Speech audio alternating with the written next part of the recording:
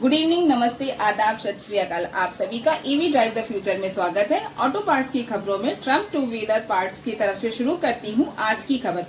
दिल्ली के करोल बाग स्थित auto parts की जो सबसे बड़ी मार्केट है, वहां पर श्री अनिल कुकरेजा जी, जो कि पूर्व अध्यक्ष रह चुके हैं मार्केट एसोसिएशन के, उनसे खास बातचीत हुई, जिसमें उनसे लॉकडाउन से पहले की और अनलॉक के बाद ऑटो पार्ट्स की मार्केट और लेबर की स्थिति तथा चाइना से आयातित ऑटो पार्ट्स को बंद होने से क्या नुकसान और फायदे हुए हैं, इस विषय को लेकर उन्होंने अपने विचार व्यक्त किए।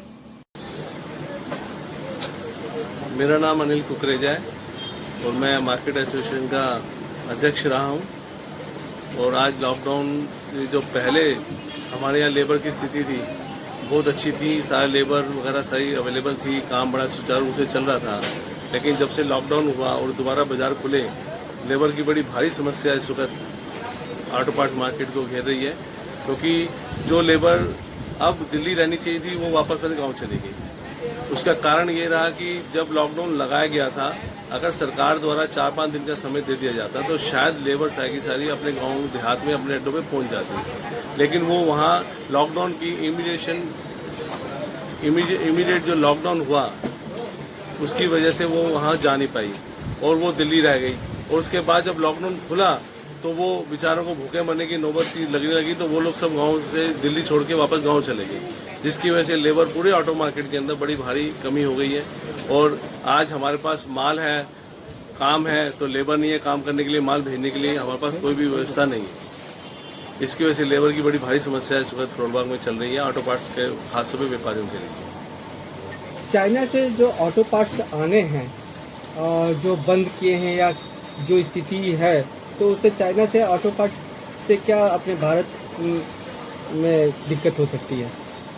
चाइना से मैं तो अपने ऑटो पार्ट्स के बारे में बात करूंगा। चाइना से काफ़ी ऑटो पार्ट्स की आइटमें हमारे इस मार्केट में आती हैं और पिछले लॉकडाउन से पहले भी कोई समस्या आ गई थी, क्योंकि वहाँ पे उस दौरान लॉकडाउन चाइना में चल रहा था तो माल की शॉर्टेज पहले ही बढ़ गई थी। उसके बाद अब जब लॉकडाउन के बाद स्थिति आई है, या जो अभी नई स्थिति आई है, कि उससे क्या कि आइटमों के रेट बड़े भारी बढ़ गए। आइटमें अवेलेबल आज भी हैं, ऐसा नहीं कि आइटम नहीं मिल सकती, आइटम मिल सकती है, लेकिन 10 की चीज़ 20 में मिल रही है, 20 की चीज़ 50 में बिक रही है, क्योंकि कस्टमर जो है उसको आइटम चाहिए। जो रोज़मर्रा की आइटमों में अब जैसे हमारे एक आइटम प्लग है, ऑटो पार्ट्स के अंदर प्लग लगता है, जो हर स्कूटर के अंदर स्कूटर बिना प्लग के नहीं चल सकता, और प्लग वो सारा चाइना से इम्पोर्ट होकर आ रहा है। अब वो प्लग जो है, जो किसी टाइम में 7 रुपये का बिका करता था, आज 21 रुपये का प्लग बिक रहा है, क्योंकि हमेशा किसी चीज़ की वैल्यू डिमांड और सप्लाई पे डिपेंड करती है। अगर किसी चीज़ की डिमांड मार्केट में अवेलेबल है और वो किस प्रोडक्ट की है, वो चाइना प्रोडक्ट है या इंडिया प्रोडक्ट है, वो बात की बात है, पहले तो कस्टमर को माल चाहिए। तो माल की अवेलेबिलिटी अगर उसे टाइम से नहीं मिल रही तो नेचुरल बात है उसकी अगर सप्लाई पूरी नहीं हो रही तो उसका रेट दाम बढ़ेंगे। और वही हाल हो रहा है कि इसमें ब्लैक मार्केट करने वालों को फायदा ज़्यादा मिल रहा है। ये सरकार की घोषणा एक होती है और लोगों के रेट अगले दिन ही बढ़ जाते हैं, जिनके बाद अंदर स्टॉक में माल भरा हुआ है, पुराना माल पड़ा है, नया माल पड़ा है, या जो माल उनकी ऑनलाइन ट्यूब लाइन में माल चल रहा है उनके पास आ चुका है माल, उन लोगों ने जो माल की अंधेरगर्दी मचा रखी है कि हर चीज़ के रेट डबल ट्रिपल कर दिए। आज दुगने तिगने दामों में माल बिक रहा है, बाजार में माल बिक रहा है और लोगों को जरूरत है तो माल खरीद भी रहे हैं लोग।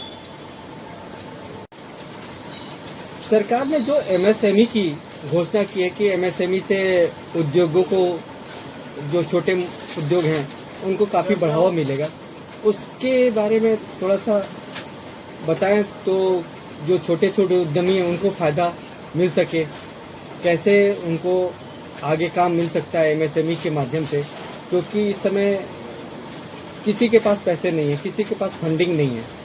तो ऐसे में छोटे छोटे जो दुकानदार हैं, चाहे उद्योगपति हैं, उनके बारे में आप क्या सलाह देंगे? सच बात तो ये है कि इस वक्त जो आम मिडिल क्लास तबका है या मिडिल क्लास व्यापारी है या उद्यमी है, उसको किसी भी घोषणा का कोई परसेंटेज, कोई बेनिफिट नहीं मिला। उसका कारण यह है कि सरकार जो भी कह रही है उसको धरातल पे इनके अधिकारियों ने उतारना है, लेकिन अधिकारी इस बारे में कोई बात करने को राजी नहीं, बताने को राजी नहीं कि एमएसपी के क्या बेनिफिट जो है आम व्यापारी को मिलने जा रहा है या मिडिल क्लास व्यापारी को मिलने जा रहा है।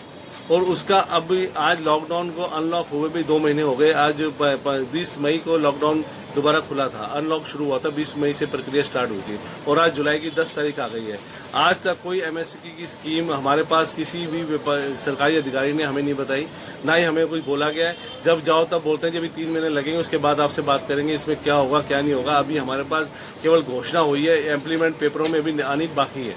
तो मैं तो सरकार से आपके माध्यम से क्वेश्चन भी पूछना चाहता हूं कि आज हमें जरूरत अनलॉक खोलने के बाद, अनलॉक जब से हुई तब से हमारे पे खर्चों का बड़ा भारी बोझ आ गया। हमारे अपनी लेबर को तनख्वाह देनी है, हमारे बिजली के बिल देने हैं, हमें रोजमर्रा के खर्चे उठाने हैं। हमारे पास पैसे की बिल्कुल शॉर्टेज, जो पैसा था वो लॉकडाउन के दौरान खत्म हो गया। जिससे लेना है वो तो अपने घर रख के पैसे बैठ गया। जो हमारे पास बचा कुचा तो परिवार के खर्चों में निकल गया। अब हमें पैसे की जरूरत है और हमें 3 महीने बाद अगर ये अवेलेबल करा भी दोगे तो उसका क्या बेनिफिट होने वाला है।